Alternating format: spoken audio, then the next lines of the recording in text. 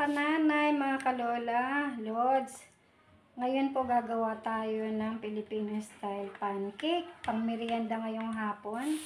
Ito, naitakal na natin ang ating harina. Ang ating, vanilla extract. Half teaspoon lang yan. Ang ating cooking oil, lalagyan natin. Tapos, instead na water lang, ito pong may milk ang ilalagay natin. Plus 2 eggs. Ayan, ang ating 2 eggs. Medium size lang meron ako. At ang ating baking powder. Okay, let's start na with our eggs.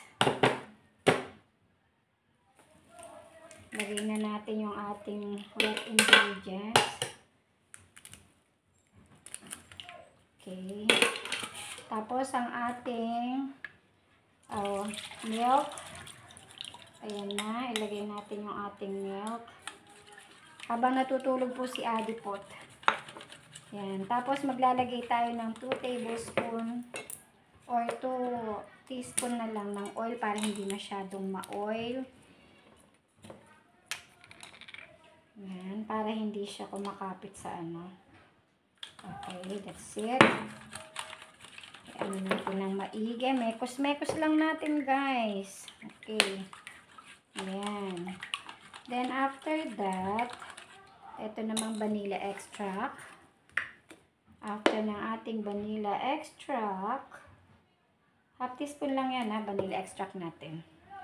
Lagyan naman natin siya ng, ilagay na natin ang ating dry ingredients. Itong ating mga harina. Bumili lang ako sa tindahan kasi naubusan ako. So, ayan guys. Ayan.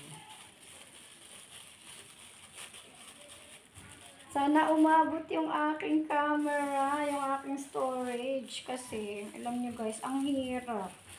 Nalalaglag yung aking cellphone. Mahina na yung storage. Nakshuta. Okay. Ditak-ditak talang ihalo. Ayan. Tuloy-tuloy lang yan.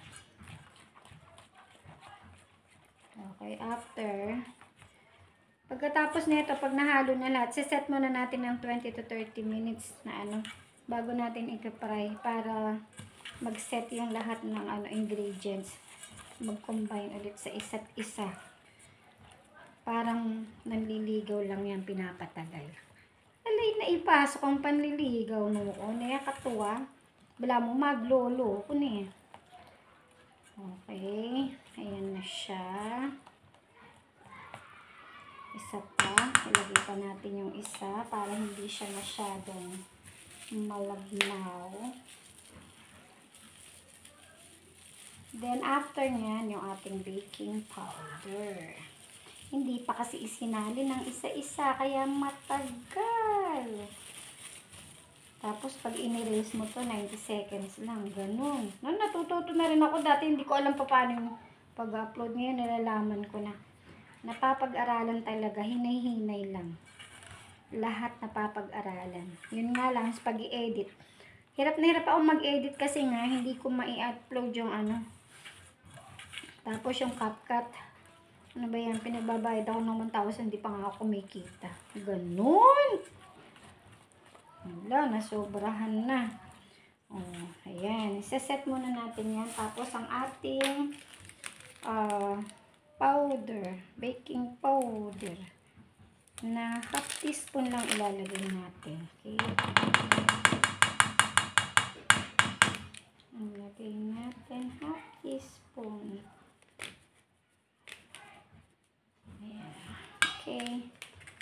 Para pagising ni Adipot-pot ko meron siyang merienda. At pag-uwi din ni Deo makapag-merienda. Okay guys, after nito, isa-set ko muna siya. Then, luto-luto time na tayo.